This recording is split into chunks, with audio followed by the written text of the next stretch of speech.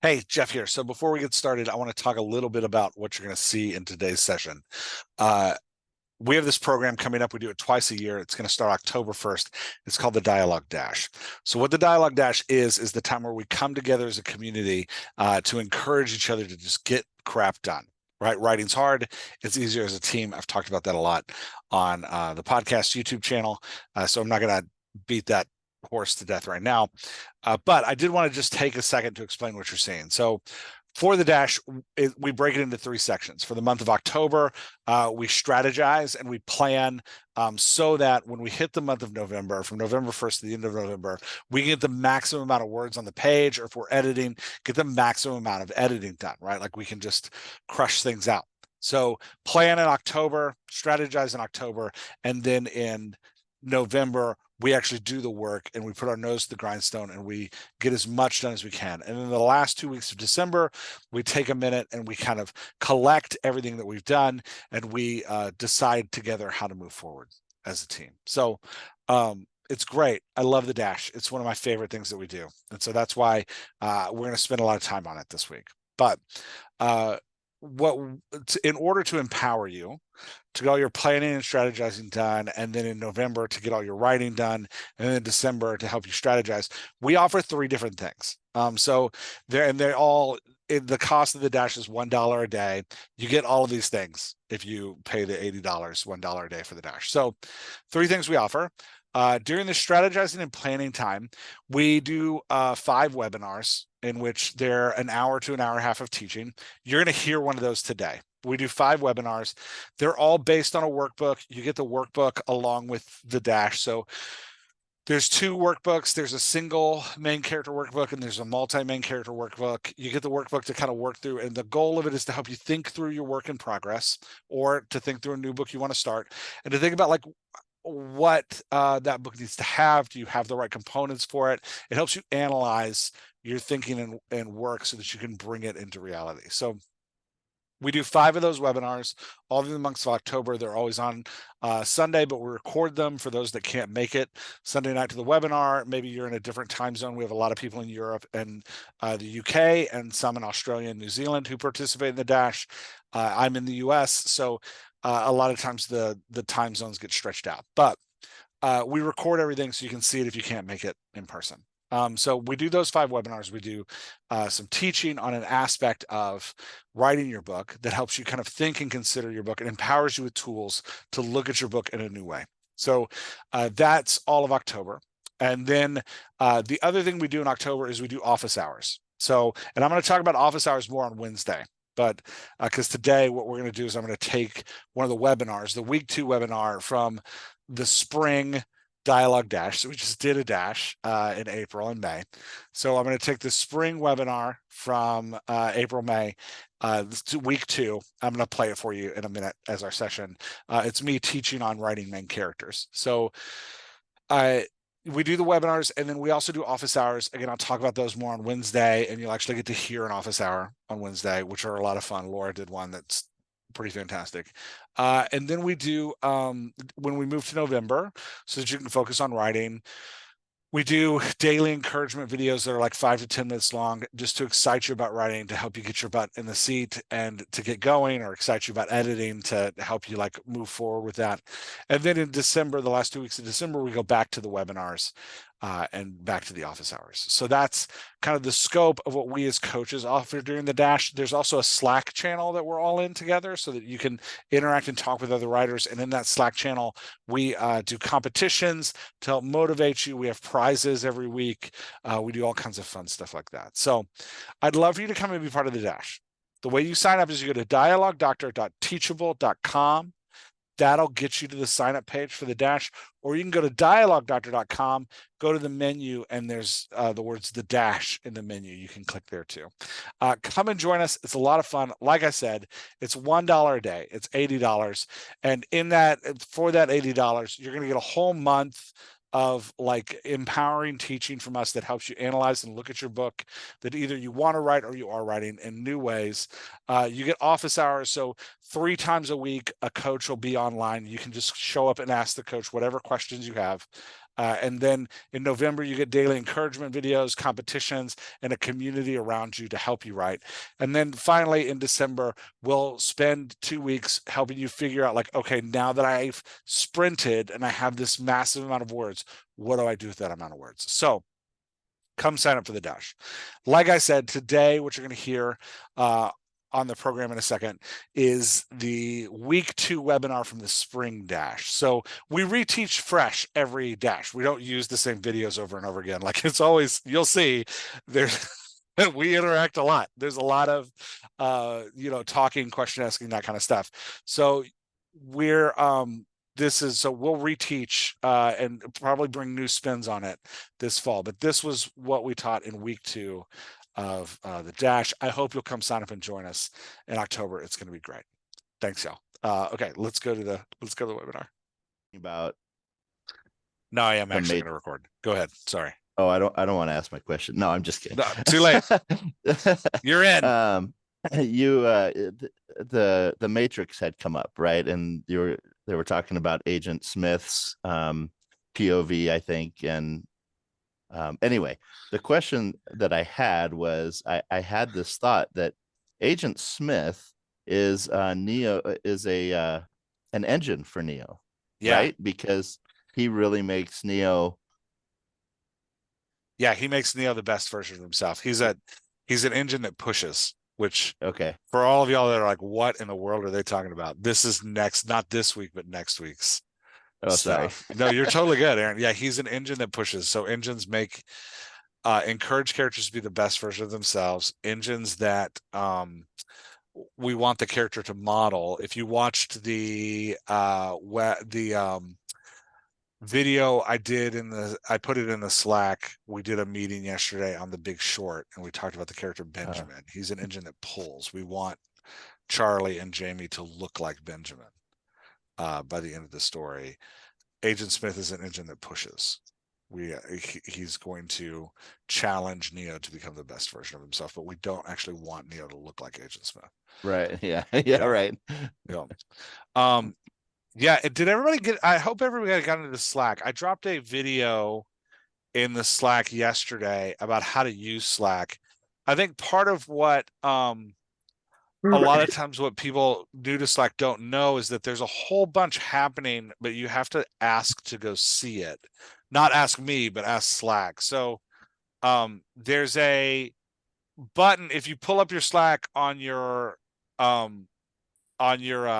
desktop, there's a button that says channels, and if you touch that, it says browse channels, and it'll show you channels are kind of where discussions happen on Slack. It'll show you that there are all these channels, and I promise there's a bunch you haven't joined. So like if you didn't see the Zoom call yesterday that we did on the movie The Big Short, that video is in the Zoom channel. So but that's a channel you have to go find. It's not one that automatically joins you. I used to force everybody into every channel, and people would get frustrated with me. So like, I don't want to see the weird AI stuff you guys do every week. So I stopped doing that. But yeah, all that to say, if you haven't done that in Slack yet, go do that, and that'll reference the thing Aaron and I were talking about. All right, let's get going. First off, announcement: this week's prize winner by random draw. So the way that we select weekly prizes is everybody who participates in the weekly conversation, the weekly challenge in the Slack gets a point. There's some ways to get bonus points, like if you find typos, like Scott got 3 bonus points this week for finding typos.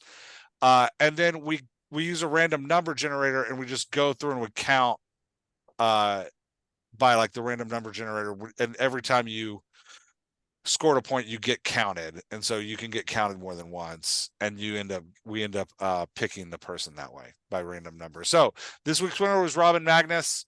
Robin's going to get a signed copy of the Dialogue Doctor. We'll see you now from me. I will put this in the Slack tonight, but this week's the new competition this week is, I want you to post your vehicle's voice, which we're going to talk about this week. Bonus point if you give us a picture of your vehicle. So either like something you've downloaded from the web or something you create on Midjourney or something you create with Dolly 3, like whatever you're doing to visualize your vehicle, we want to see that. So give us a picture of your vehicle for a bonus point, your vehicle voice to get your original point. Put that in the Slack anytime this week between now and the end of Saturday night, regardless of what time zone you're in. I actually totaled the points kind of right before the next webinar, so you can sneak them in there. But yeah, so drop that in, and we'll I'm gonna pick 3 winners next week, and the prize is gonna be a private office hours with me, for those 3 people. So that's the thing. Yeah, so let's talk about one more item of business keeping before we move on. My office hours this week will not be on Monday. They will be on Tuesday. I'll post this in the Slack and send out a notice. But I will be in Manhattan on Monday walking. A friend of mine has never seen Manhattan, so we're taking a bus up and we're going to walk 15 miles of the city. We're going to walk the entirety of the city to see Manhattan. So it's going to be very exciting. But I will not be on office hours at 4 tomorrow. I will hold them on Tuesday. So join me on Tuesday for office hours. All right, enough of that. Let's share my screen and get going on today's thing. Today we are talking about vehicles. All about vehicles. And this is something different. I'm gonna you'll find that as I talk, I know for some of y'all this is the first ever webinar you've seen me do. I tend to ramble a little bit. I apologize. But I'm gonna pause at times and just kind of like try to give you a little insight into why we do what we do. Part of the reason we're centering in on vehicles and not on plot. So a lot of times when you're planning a story, the first thing they want you to do is they want you to like start building your plot. They want you to think about what plot system you're using or what your genre tropes are, and then they want you to build toward that. For the Dialogue Doctor, we've made a decision very early on in the Dialogue Doctor that we were always going to be character centric, and part of that is because we deeply believe, JP, Laura, and I all deeply believe that what brings your reader into the story is the journey of your vehicle or vehicles. Yeah, so the journey of your vehicle or vehicles is what the reader is on with. So your story, think of your plot, your like the thing your reader is consuming. Your story is this emotional journey. And what makes that journey emotional is the vehicle's growth. Watching the vehicle struggle to become who they're going to be by the end of the story. So just like the 2 people in my slide here, if you have a single vehicle story or a multiple vehicle story, your reader is on a journey with those vehicles. So we're going to focus, we won't talk about plotting. Multi-vehicle people will look at plotting a little bit this week, but there's a reason for that. And I'll go into why that reason is later in this talk. But if you're doing a single vehicle story, I'm not going to have you talk about plotting until week 4. Because it's more important in writing your story that your reader connects deeply with your vehicle. A reader will forgive a weird and incomplete plot if they love the vehicle and have connected deeply with the vehicle's story of growth. A reader will not forgive you can have a perfect plot, but if your vehicle is unrealized, unrecognized, or unengaging, your reader will not forgive that. They will not go on to enjoy all the twists in your plot if they're not connecting to your vehicle. So connecting, that's why we're going to focus so much on vehicles. Week 1 and week 2 is just all about vehicles. Last week, and we put change first last week because again, that journey that your reader's going on is the journey of change with your vehicle. So this spans across genre, this spans across style of writing, whether it's short story or epic novel, whether you're writing like deep intense military sci-fi or cozy romance, it doesn't matter. The vehicle is what your reader is on a journey with, and who the reader is spending time with. So that's why it's so important that we get this right, which is why we're focusing on it today. So to summarize that kind of opening rambling, your story is an emotional journey your reader is taking with your vehicle. They are the ups and downs, the twists and turns of your plot are just steps on that journey. Your reader will stay on that journey with your vehicle, um, if your vehicle is engaging. So today we're going to talk about. Last week we started talking about, hey, let's start getting a feel for what this journey is, this journey of change that your vehicles are on. Today, let's start talking a little bit about your vehicle. Now, I'm going to do today out of order because today my hope is to give you the theory that you're going to practice in the workbook. So if it feels a little out of order, that's because I think getting the philosophy behind what you're doing is super important so you can understand this week. So we're going to start with character voice. This is, for some of y'all, this might be review, but we developed really early on in the Dialogue Doctor what we call the Dialogue Daisy. So when I first started doing the Dialogue Doctor, I would ask people, hey, explain to me your character's voice. And I realized that we didn't know as writers what character voice means. It was like this weird, amorphous, strange fog that we hoped would form. If we got the personality and we built the background, we thought like maybe the voice will emerge from that. So we'd take, or what we'd do is we'd go to movies and films and we just copy character voices we'd like. So we'd go to like, we'd jump into like, oh, I love the like southern relaxed voice of the male character in Sweet Home Alabama. I'm gonna have a character that looks like that, and I'm gonna put him in a love triangle with Pierce Brosnan from the Thomas Crown Affair. We're gonna have those two voices. And that's how I'm going to put pictures of them up. And then I'm just going to hope and pray to whatever God I pray to that my knowing those two characters translates into me being able to put them on the page. Please God. And the problem that a lot of authors were having, still having, is what we started calling monomouth, which is you have these two images of characters in your head, but when you put them on the page, they sounded the exact same. Right. Like, and so the reader wasn't getting the nuance of the journey that's in your imagination. Right. A journey with the Southern glass salesman from Sweet Home Alabama and the debonair art thief from Thomas Crown Affair. That sounds like a fun romantic love triangle that I'm going to sort out as the reader. That sounds like a delight. But if both of those characters sound like the author, then what the reader is doing is going on a journey and a love triangle with the author twice.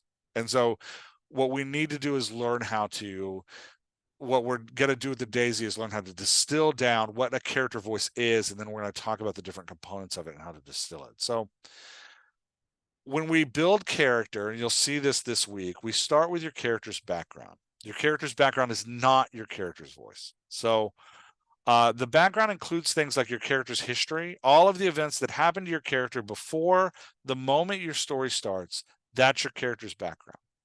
Your character's background includes your character's family, relationship to family, and position in family, right? When we're talking about your character's background, we're talking about what is the worldview your character has that your character is bringing into the story. Who has your character been? Your character is bringing into the story. So that also includes the culture around your character and how your character fits into that culture. Is your character in a position of power in culture, socially, economically? Where does your character stand? Is your character in a position of oppression or is down and out in culture? Seen as maybe they're in a lower social class in whatever culture you're writing. Where does your character fall in relation to culture? And then finally, your character's genetics. Who is your character genetics wise? So we're talking about character background. We're talking about the roots of your daisy. And the reason we call this the roots of your daisy is because there is no way for your reader to see the background unless you directly talk about it and tell them. So we can't see the character background because it's buried under the soil. We might tell the reader later, but we can't see it. From the background springs out your character's personality. So the personality is the stem of the daisy. The personality is who the character is, how they present themselves to the world internally and externally. So based on all the way you find the personality is based on all that's happened before, based on the history, family, place and culture, genetics. Who is my character? Give me 3 to 4 adjectives. Ideally, these adjectives are going to be one word, and they're going to be words that describe how people experience your character or how your character understands themselves. Shy, right? Aggressive, um, bold, quiet, thoughtful, reflective, right? Like there are these words we use to describe people. Now, this week, when you're describing your character's personality, we're going to ask you to keep it to 3 to 4 adjectives. It can be easy, especially with all of the massive personality tests that are out there, to build really complicated character personalities. The more complicated your character personality is, the harder it becomes to build a character voice because the character becomes so nuanced, it almost becomes impossible for you to imagine how they interact on the page. And the harder it becomes to determine character growth. So, what I found writers doing that I coach is they'd build these complex character personalities. They'd be like, my character on the Enneagram is a 1, and they see everything in black and white, and they have this deep issue of pride. They don't want to be wrong, and they have this inner critic that's like they're criticizing themselves all the time, and they're very reflective and shy, but in these other instances they change this way and they feel like this, and because their background is one of oppression, they're kind of angry about society, and their family has rejected them, so they feel isolated. And it's this very complex, kind of beautiful description of a character personality. And then I'd say, like, okay, what does that sound like? And to get to the actual character voice, the first thing we had to do was take that complex personality and drill it down to like 3 or 4 adjectives, because to be honest, that's what we as a writer can handle. Now, if you can get your character personality down, I think in the workbook we do 6 adjectives, but kind of we pair them in 3s. If you can get the personality down to that number of adjectives, the depth will come. Right? The depth will come. But in order to actually write the character, to get the technical putting the character on the page, we've got to boil it down. We've got to make it tight. So we want to get that character down to that character's personality down to a descriptive number of adjectives. Once we have the character's personality down, we can then do the character voice. And for the character voice, that is the blossom of the daisy, that yellow center with all the white petals around it. The reason we call that the blossom of the daisy is because that's what your reader actually engages with and sees, right? Your reader connects to the character voice overall. That is what is going to communicate to your reader the personality of your character. So if your you want your character to seem shy, but your character talks all the time, the reader is not going to see your character as shy, no matter how many times you say the character is shy. The reader will not see it. The reader will see, but they talk all the time. So the character voice is what your reader actually engages with. And that's why this week we're going to spend so much time building your vehicle voice, because when we say your vehicle is a guide for your reader through the story, it's the vehicle voice that is the primary image your reader will have. So background, the roots underground, they're great for a foundation, but they are not the character voice. Out of the roots grow the personality. We want some adjectives that describe who your character is because of all that's happened, because of who they are.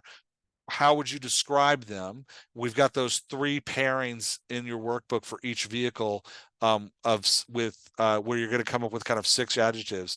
And then we've got your character voice, which is, we'll talk more about the components of your character voice in a minute. There's your core character voice, which is what you're going to build. And then there are modulations, the way your character voice changes through the story. I'm going to get to that at the end of today's talk. So I just want to seed that now, the core character voice and the modulations. So now that we've got some theory down, let's talk about how your reader actually experiences your character. Your reader is going to experience your character in this order. And these are the things that are most powerful. So when we're designing our vehicle, the character that is going to engage our reader into the story, know that this is what's most important. Number 1 is your character's voice. The reader's going to see your character's voice through their whole narrative arc, through their whole story. The reader's going to spend all of this time with your character. Character voice is most important, right? Number 2 is physical expression. Physical expression helps the reader form an image of the character in their mind. Now, we don't even cover physical expression in the workbook. I don't think we do. Laura, did we put in a page? We don't. And part of the reason for that is that one, it's so much less important than character voice. And 2, it's not something that y'all normally struggle with. I've never met an author that's like, I don't know what the character looks like. Every author knows what their characters look like. So, like, why? You already know it. But the character voice is key. Physical expression is second. Third is the backstory, right? The reader will learn physical expression one time when you explain how the character looks.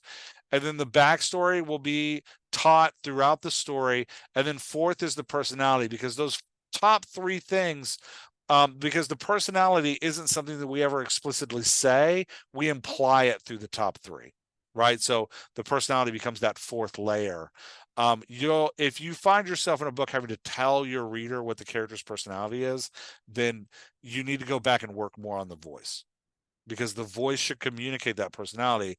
That's why we put it at the bottom of this list, because your reader will get to know the character primarily through the voice, second through physical expression, third through backstory, fourth through personality. Let me give you a quick little tip when we're talking about how the reader gets to know your character. You really get to set the physical expression, how your character appears in public, in the story, one time. Set it early. When I wrote my first book, some of y'all may have heard me tell this story. I put I didn't explain that my character was a tall 6'4" African American man until the end of the book. And my beta readers, when they got to that page, they all circled it, and they were all very angry, and they all left me notes about how in the first 50,000 words of the story, they had already in their imagination decided what my character looked like. I didn't need to tell them. Based on the character's voice, they had made an internal image of the character, right? They had already imagined who the character was. When I came back at the end of the book, it was like, no, this is what the character looks like. They were mad at me. No one was close to my vision, Alex. Nobody. They were all like, most of them. And here's the thing. Here's what readers do. Readers imprint on your vehicle. Most of them had described the vehicle character how they looked. The vehicle character was in some way a version of themselves. And that's what we do when we read. We imagine ourselves in the vehicle character. So if physical expression is important to you and it's something that you really want to get it clear early. Super early in the book. Let them know, because you don't want to be at war with your reader's image of your vehicle. Okay, that was a little side note. Real quick, just a refresher. Background, personality, voice. Voice is the most important thing. That's how we experience our character. Voice is also where we're going to find variety. right? Because if our characters sound different, none of them sound like us. Building strong vehicle voices is how we battle monomouth. We get rid of monomouth through solid vehicle voices. All right, let's break down the different aspects of a character's voice. Because when we're talking about translating that personality onto the page, we're talking about 5 different aspects of a character's voice, 5 components that make up the voice. The first component is language. That's the words your character chooses to use. Are they big words or are they small words? Right? Are they colloquialisms? Do they show where your character is from? Right? Are they phrases that connect your character to geography? What's the language your character's choosing to use? The second is topics. What's your character choosing to talk about? Um, are the topics about themselves, or do they focus topics on others? Do they talk about big world events, or do they just talk about um, what's happening in their own lives? Do they because the topics they choose is a way to express what's important to them in their worldview, right? How what they're choosing to talk about tells us what they care about. The third thing is body language. How do they take up space in the world?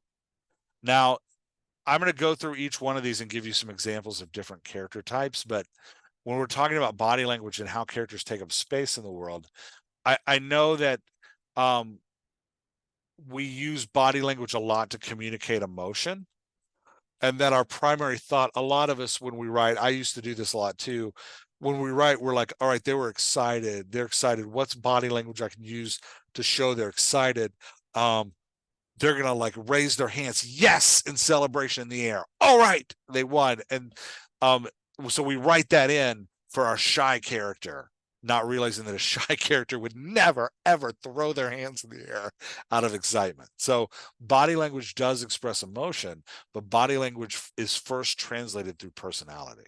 So, what is this type of person? How do they express emotion through body language? And it allows us for greater, when we think of body language as part of the character voice, it allows us to consider, to create even greater variety with our characters, because the way one character shows excitement may not be the way the other character shows excitement. So, language, topics, body language, cadence. Cadence is the grammatical structure of your utterances. Are your sentences long and drawn out? Are your sentences short and quick? What is the body language that, I'm sorry, what is the grammatical structure? Are you using a lot of commas? Or are you just using periods? Right? Like, what are you doing with the way the language works?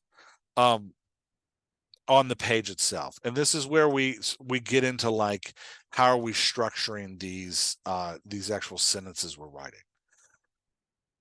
The next, when I say the word utterance, that's your character's participation in a conversation. So your character's utterance might be their vocalization, what they say out loud, or it might be their nonverbal, right? Like, but what is the structure of that on the page itself? Finally, pacing is how your character participates in a conversation. Does your character does your character talk all the time? Are they jumping in and out of conversation all the time, or is your character um, uh, holding back and only entering a conversation when it's really important for them to do so?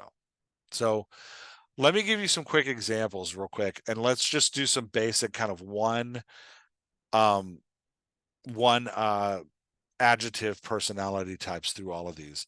I will say, in the back of your workbooks, there's an appendix. And in that appendix, we have a whole bunch of character voices built for you. So you can use those. Actually, why don't I just pull those up instead of sitting here and talking off the top of my head? I will just pull up the appendix. That is a smarter way to do this. Thank you for that negotiation. Of course, then I have to actually get my workbook up. Nobody look at the man behind the curtain while he pulls up his workbook. Okay, here we go.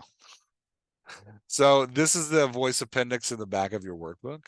And you can see that we've got all of these different personality descriptions here. Let's go through a little bit of them so you can see how they work. We haven't given you all 5 characteristics for each personality trait. I will right now. I'm going to build these out a little bit more. But the reason we didn't give you all 5 is because you're going to be stacking these together. So you'll have like 3 of these that are the most important, and you'll stack those together and be like, okay, mine is an intellectual, um, uneducated, wise character. But this will at least give us something to go to. So let's talk about a character that's a dreamer.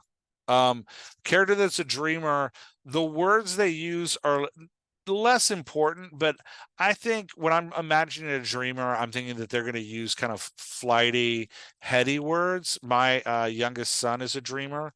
A cheat code to get character voices is to compare the personality that you're describing to somebody you know and then think about how they talk. My youngest son is a dreamer. He talks a lot in he talks a lot about clouds and colors and abstract things. So when it comes to the language he uses, it's very vibrant and colorful and descriptive.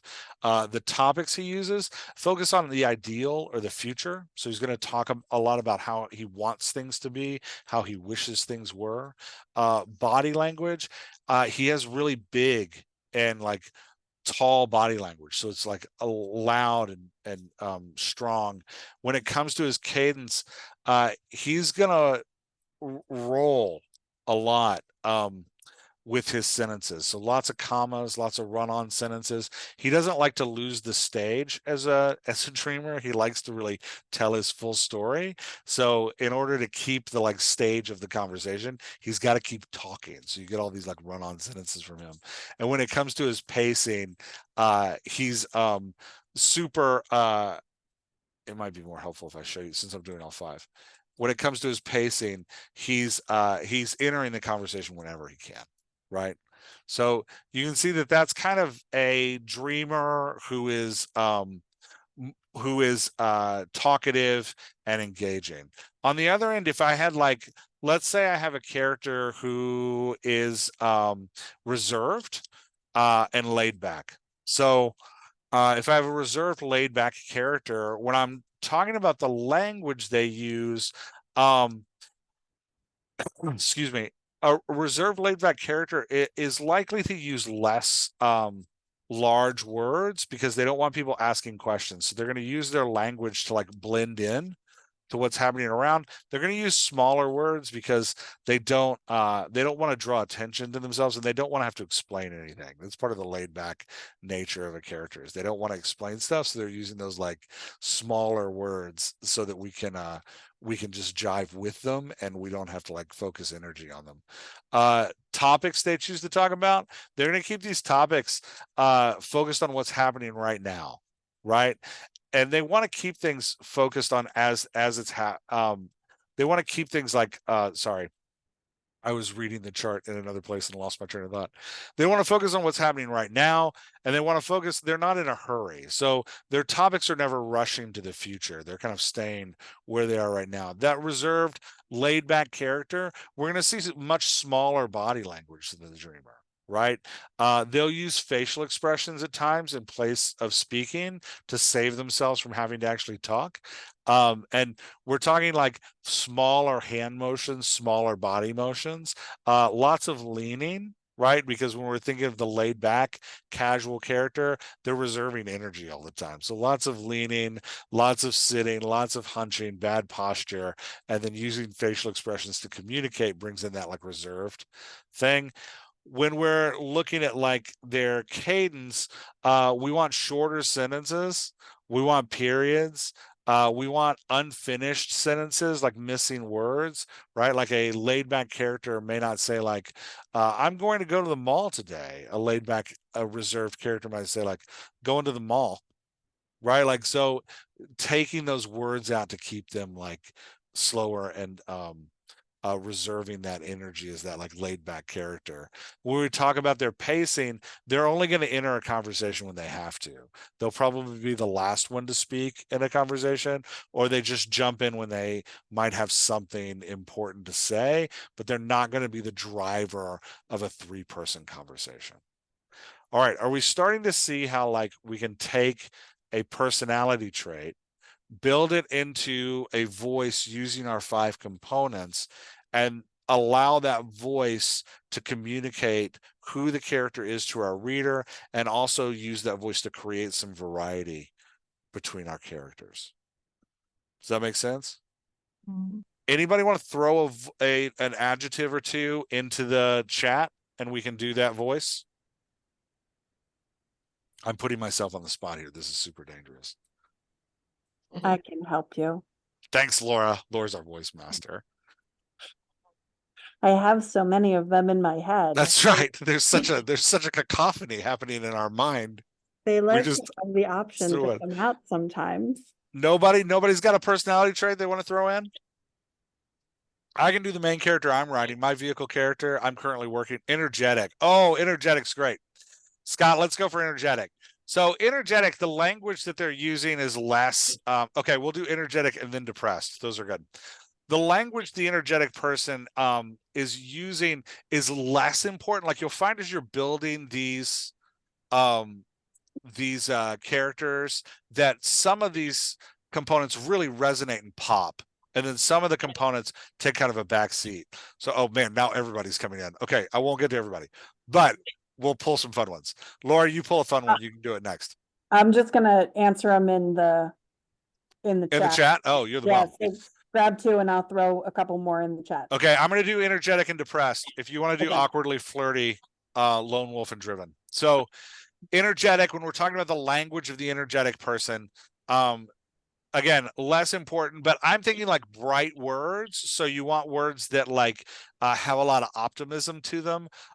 Think of your words as like sunshiny words. So talking in big colors, an energetic person is describing things a lot. So they're using like big descriptions to talk about things. Topics energetic people talk about, they tend to be in the present. Right, they're right now, or they're talking about the future. Energetic people aren't going to be talking about the past, in the present, or in the future, because there's energy in those places, right? Body language, this is where the energetic person really starts to shine, right? Big hand motions, touchy, lots of hugging, lots of touching people's arms and shoulders, speaking with their hands is good. Big facial expressions that look like they're going to explode off the person's face. When we're talking about cadence, we want exclamation points at the end of sentences. We want short but multiple sentences at a time to give that feeling of like building. You may want to vary those sentences where you've got like 3-word sentence, 3-word sentence, 10-word sentence. Like so, oh my gosh, you'll never believe it. Yesterday I was with Sarah and we had this amazing time out at the park. Right? You can kind of feel the like varying of that cadence builds to that energy. Start with short sentences and then long sentences. For the cadence, you're going to put an energetic person's dialogue tag at the end of the sentence because you don't want to interrupt the like flow and chaos of energy that's happening there. Finally, with the pacing, the energetic person is going to jump into that every turn. So if you've got like if you've got character A, B, and then character E, our energetic person, you might have A talk, E talks, B talks, E talks, A talks, E talks, A talks, E talks, B talks, E talks, right? Like you can see that I'm like throwing that energetic person in there all the time because they're bringing that energy into the conversation. So contrasting that with the depressed person, the language of the depressed person, and often we associate depression, and I do want to, this is a good example. I want to stop here and say, when we're talking about like personalities and we're talking about, like I said, we're not delving into the complexity of reality, right? Like depression in reality is a complex thing that doesn't attune itself to a single personality trait. But for our like broad hammer that we're beating with here, please know I'm not talking about clinical depression or the experience of depression. I'm talking about a character that sounds depressed. right? So the language a character that sounds depressed uses, you want to find heavy words versus the bright words that we're using for the energetic person. And so I'm thinking of words that express sad emotions, right? You want them talking about the topics they're going to cover. They're going to talk about how they're feeling. If they're talking at all, they're likely talking about how they're not feeling well, right? So that depressed person, with the language and topics they use, you want it adding weight to the conversation and kind of weighing the conversation down. Depressed people, you want them looking down. You want them taking safety positions. So arms over their stomach, arms across their chest, right? You want them potentially like rubbing their head, right? Like, or holding their head. These are all kind of like positions of body language that show I'm not feeling well, right? Cadence of a depressed person, very like short sentences, and they don't want to really talk a lot at all. So you're not going to get a rant from a depressed person. Now, you might modulate that if they get angry, and we'll get into modulation in a minute, but you want that cadence of a depressed person to feel like talking is a chore. So they're going to give you as minimal sentences in there, as minimal in their sentences as possible. Pacing, the depressed person in the opposite of the energetic person is going to sit out of the conversation, right? They're going to only talk when pulled in, and they're going to try to avoid participating. So if you've got A, B, and D, D being our depressed person, you might have person A, person B, person A, person B, person A, person D, person A, person B, person A, person B, person D, person A, person B, right? Can you see how I'm like holding out that depressed person so that they're not driving the conversation, because we associate being depressed with wanting to be left alone. All right. Are we starting to see how we've got this, like, by using the components of character voice, we can start to generate different voices and how they actually sound on the page. And the way we make those voices sound on the page empowers our reader's imagination and how our reader is moving through the story. In this week in the Slack, if you are struggling with your character voice and you're like, I have no idea how to do this, Laura and I really enjoy playing this game. So drop it in the Slack.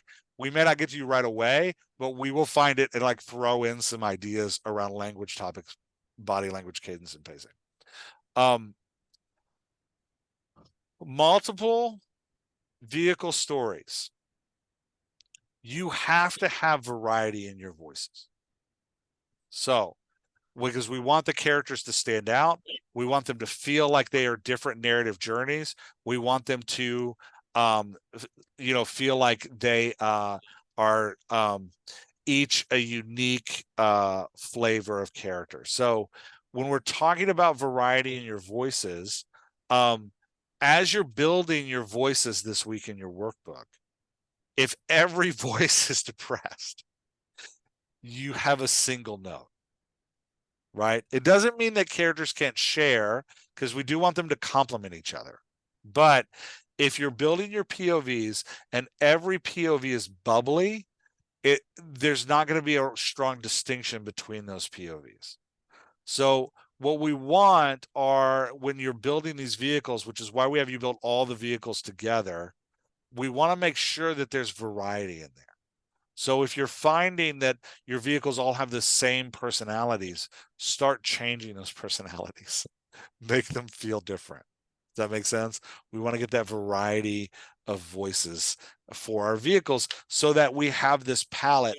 Here's the beauty. One of the real strengths, because last week we focused so much on how hard a multi-vehicle cast is.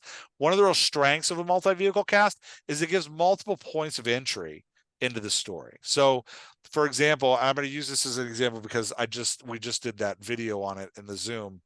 We talked about the 4 different vehicles of the screenplay, The Big Short, and how their voices were radically different. right? That allowed, and you'll notice when you hear us talk about our engagement with a story, we all kind of connected differently to the different characters. One of the strengths of a multi-vehicle cast is that it gives your readers various points of entry into that story, right? Like my youngest is reading Percy Jackson series right now, and we've just gotten to the book where it gets just out of Percy's POV, and you start getting some Annabeth POV and some Clarice POV as well. Changing that POV has opened the story up for him in a new ways. He really connects strongly with the voice of Annabeth, right? Like, so he really likes reading those chapters where it's her POV. Now he likes Percy, he likes Clarice, he's in for all of the characters. Their voices are very different, right? But he connects deeply to that one character. So part of the strength, if you can create multiple voices, a variety of voices for your multiple vehicles, it allows your readers multiple points of entry into your story.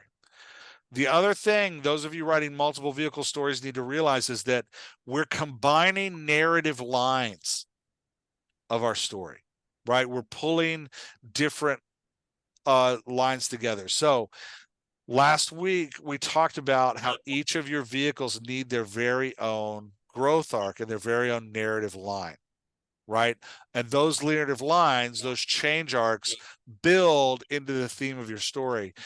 The first thing we're going to have you do if you're writing a multiple vehicle story this week is to start thinking about how those lines align with each other differently than in a single vehicle POV. In a single vehicle story, you've just got one narrative line. So the journey of that vehicle is the journey of the reader.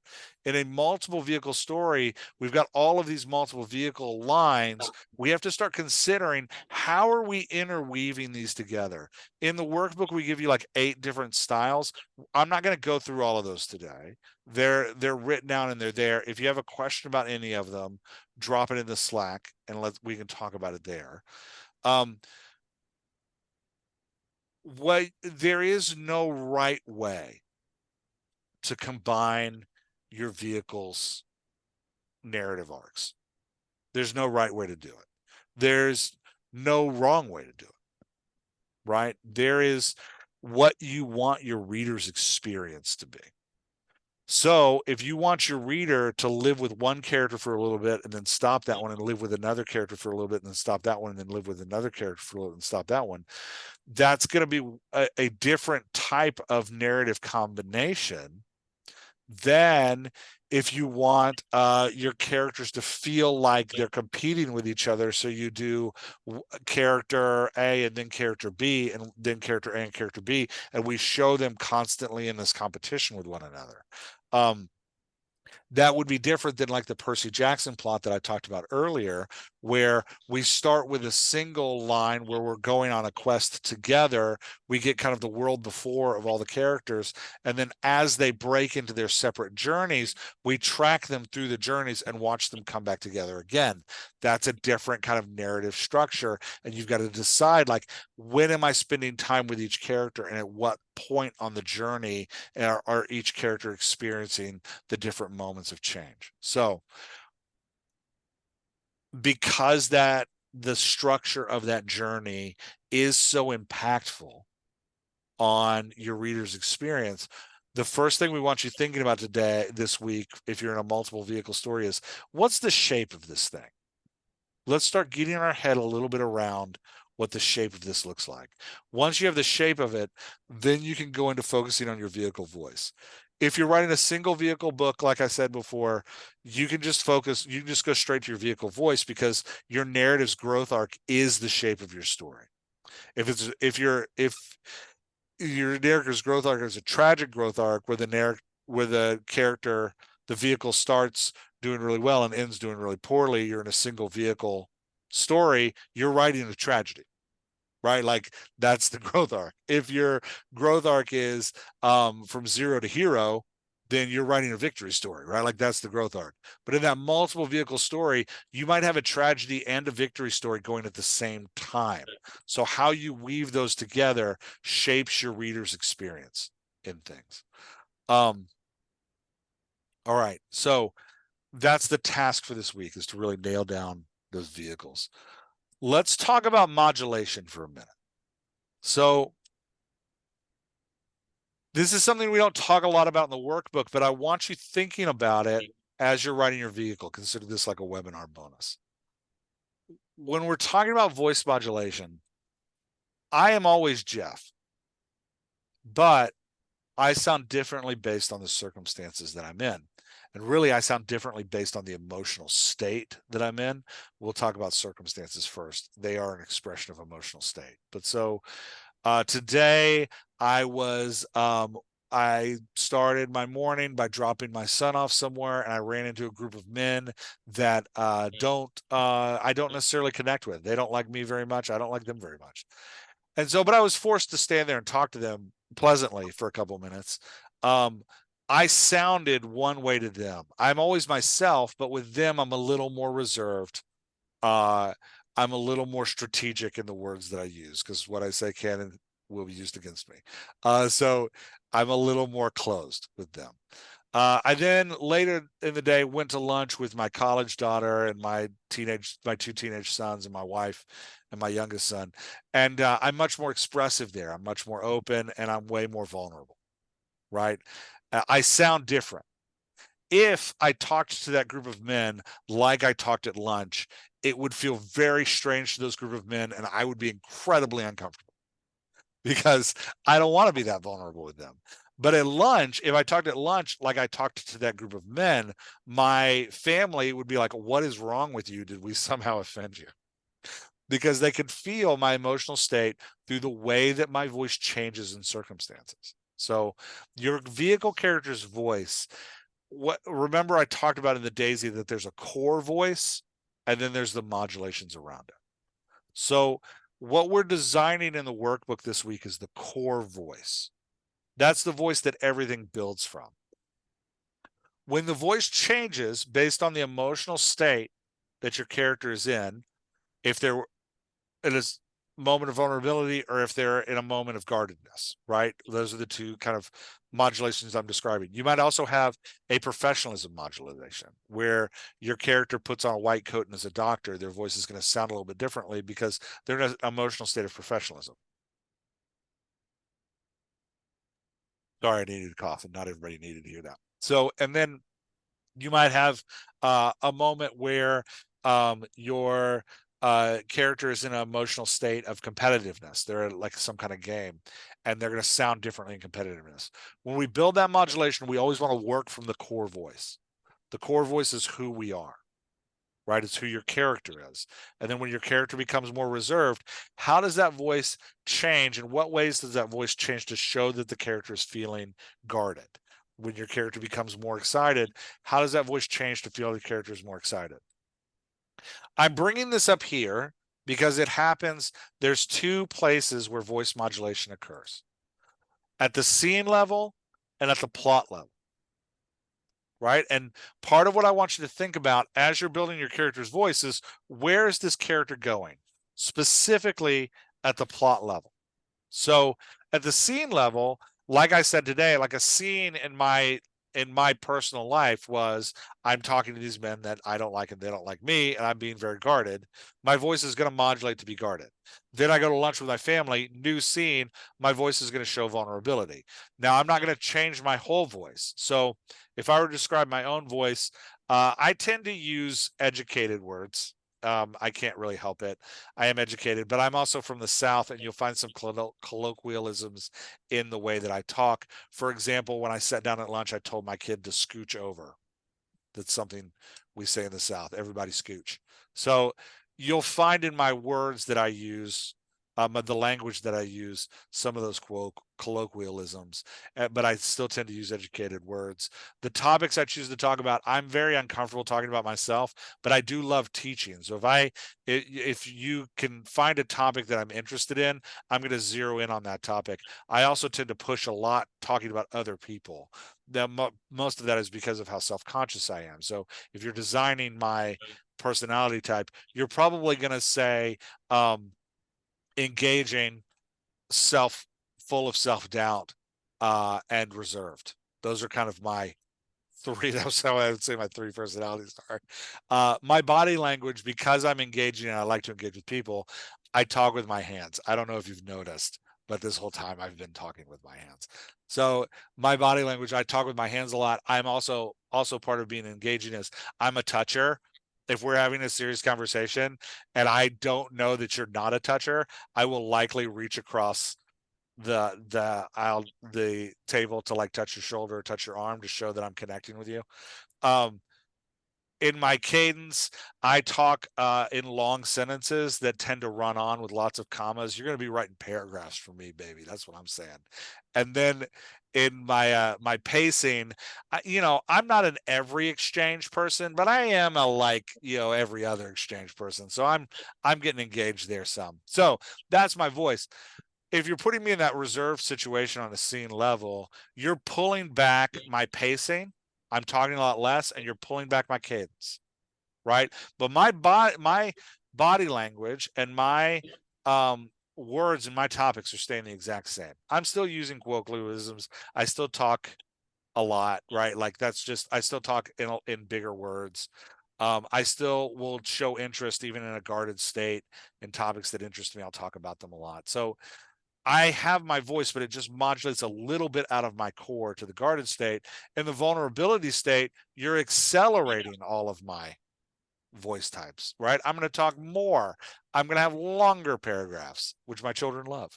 I'm going to really engage on topics that I care about, right? Like, so can you see how at our core, at the scene level, we're just moving one way or the other to show emotion? Over a long time, though, when we're talking about the plot level growth, we're talking about shifting some of those personality traits. Who's your vehicle at the start of the story? Who's your vehicle at the end of the story? Right? That's part of the reason we talked about that change arc at the very beginning. Who's your vehicle becoming? How are they changing? Ideally, your vehicle is going to sound different at the end of the story than they do at the beginning of the story because they've changed. Does that make sense? So voice modulation shapes in that change. How do I want you to apply that this week? I do not want you thinking about all the ways your character might modulate this week. I found that actually overwhelms writers and that they can get lost in building charts of modulation. You'll spend like 7 months building voice modulation charts and never actually write anything. At the scene level, I want you to know your vehicle's core voice so well that you can feel how it changes when they're feeling different things. That's the goal. So for the scene level, nail that vehicle voice down so well this week that when you're writing it, you can feel it changing as you write. For the plot level, as you're writing your vehicle voice, make sure you're building that core voice at the start of the story. A lot of times we idealize and internalize our character's end point, and we start that core voice at the end point. Start your voice this week at the start of the story so that you have somewhere to change to. Does that make sense? All right. We covered a ton today, and we are out of time. I always go over. It's inevitable. Me going over is like Thanos, and there's a huge chat that I totally ignored. So I hope that things got settled over there. Any questions or anything that we absolutely have to cover? We will post a video of this, so if you want to watch this again, you can. Yeah, Alex, go for it. I have a character who, because of the where she is in the social structure, she cannot actually express her real voice, her real core, the way she really is, but has to really modulate it to be subservient. So can I just have like her real voice in inner thoughts and then completely different when she speaks? Yeah, and I would consider, if a lot of characters are like that, where they've got their inner voice is doesn't match their exterior vocalization, and often in those plot arcs they're going to grow into their inner voice, so their external voice is going to grow to match their inner voice. If you're writing a character that way, do their core voice as their inner voice and think of their external voice as a modulation of that inner voice. Does that make sense? So the core voice is their inner voice, and then the exterior voice is, this is how they sound when they are under the thumb of someone else. And you want to take baby steps away from that core voice. What that'll allow you to do is, as you grow, as that character grows through the story, you can start to pull out that inner voice into the exterior and really start to like show and this is this is what we talk about: voice, character voice, and voice modulation. This is the answer to show, don't tell. We hear all the time, show, don't tell, but nobody ever tells us how to do it. And they're like, well, just put some body language in there. That's not showing, don't tell. When we say show, don't tell, what we're meaning is show us who the character is through their character voice. Show us how they feel scene by scene through the modulation of that character voice. Show us their character growth through the modulation of that voice across the arc.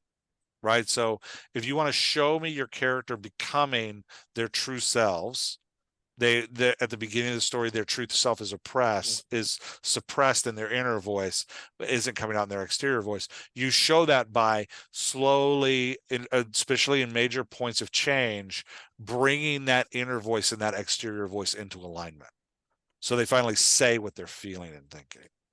And it's this big, if you want a great example of that, The Hate You Give by Angie Thomas Starr, that's her narrative arc. It's a great narrative arc for that. Any Thank other? you. Yeah, absolutely. Great question. Any other questions that anybody's got a burning question they need to cover? We don't want anything burning. Nothing? All right, great. Like I said, just this week's like I said this week, the office hours for Monday will be held on Tuesday. Don't forget, don't come to office hours tomorrow. I won't be there.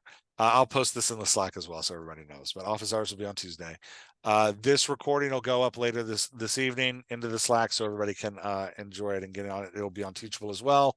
I'll load it up there. And remember, the competition this week is you're posting a vehicle. I'm only giving you a point for one vehicle. So those multi-vehicle people that are riding like 15 vehicles, nice try. You get 1 point. You can post all 15, but I'm giving you 1 point. So you get 1 point for posting the voice, 1 point for giving us a picture of who your vehicle is.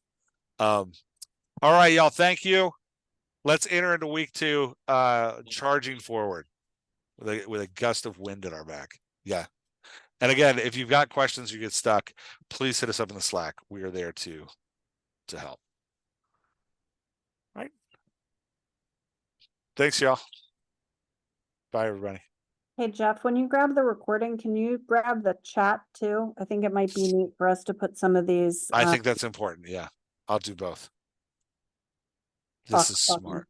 Yeah, this is smart. We'll put I both. spent a lot of time typing in those. Yeah, you did. You did good too. There's a lot of really good ones in here. I'm telling you, there are so many voices in my head that they just all when they hear their personalities, they start screaming at me. That's right. I can't type as fast as you all talk. That's really funny. Alex, did you get that last note I put in about the modulation on the? Yes, thank you. Yeah, I did. Very okay. helpful. Thank you so much. No problem. I saw your note after I asked. I should have looked first. All right, Jeff's back. That's me. I'm back. Guess who's back? Sorry. So I hope you got a lot out of that webinar. Don't forget, come to dialoguedoctor.com and you will find the dash in the menu. You can see it right there. There is the dash. If you click on it, it tells you all about it and how to register and the dates and the times and all that stuff. Please come and join us. It's going to be an exciting time. We're going to get a ton of stuff done together. We are better together. So come and be a part of the community. $1 a day. It's going to be great. That's it for this week. I will be back on Wednesday with an office hour by Laura. Thanks, everybody. Bye.